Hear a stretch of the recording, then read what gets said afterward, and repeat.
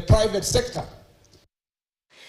Na mtazamaji, kutoka maeneo ya Mombasa tuelekee kule Bomet ambapo wakazi wa mji huo wametishia kuandamana wiki ijayo kulalamikia uhaba wa maji ambao umeshuhudiwa kwa zaidi ya mwezi mmoja.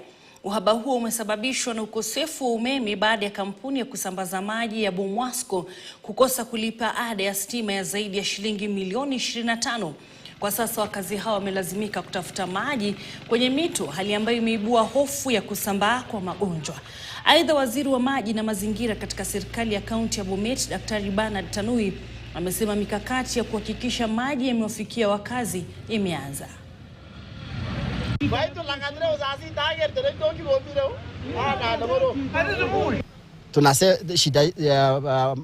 Swali yetu ni kwamba county government wamesaidia aje wakazi wa Bomet kwa hii changa la maji.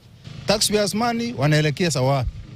Tunataka kujua ikiwa pesa inakatwa hapa town hii, kuna sasa inakatwa juu ya hii maji, wanaenda wapi? EACC mko wapi? Sumchunguza hii county. Unajua hii maneno ya Bomet imeshindwa government ya Bomet kulipa sitima. Sitima imekwama, lakini watu wanatafuta maji mahali popote.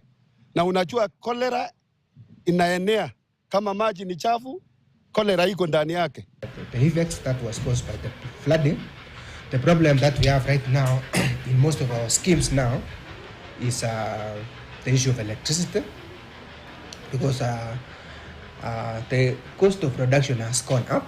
As you are aware, even the Kenyan Power increased the tariff, electricity tariff even in our homes.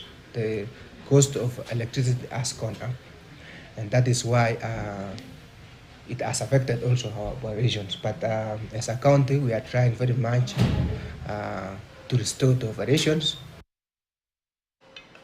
Na mtazamaji, na wauguzi na matabibu wa kliniki na